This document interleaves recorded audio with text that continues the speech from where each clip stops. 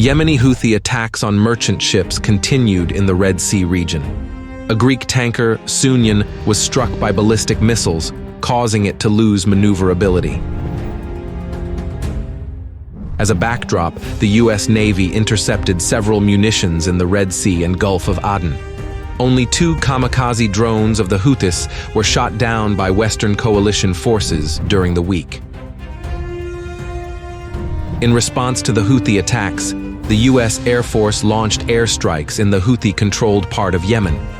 The strikes hit the Yemeni group's facilities in the Al-Salaf neighborhood in Al-Hodeidah province. As for the pro-Iranian forces, they reported launching kamikaze drones at the Golan Heights and Eilat. Nevertheless, no evidence or details of aerial attacks on Israel have been provided. Meanwhile, the situation in eastern Syrian Arab Republic remained tense.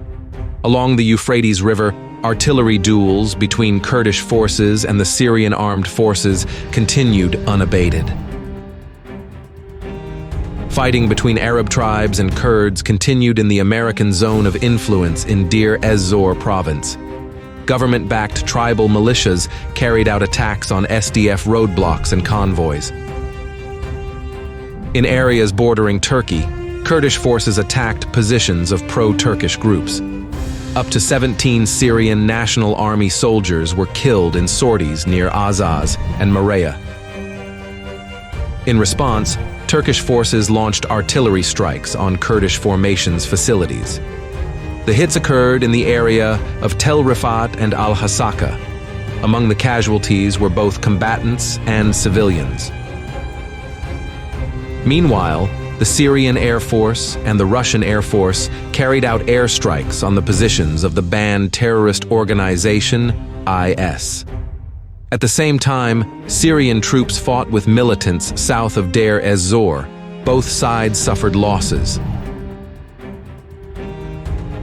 The Turkish army's air and ground operation against the Kurdistan Workers' Party continued in northern Iraq.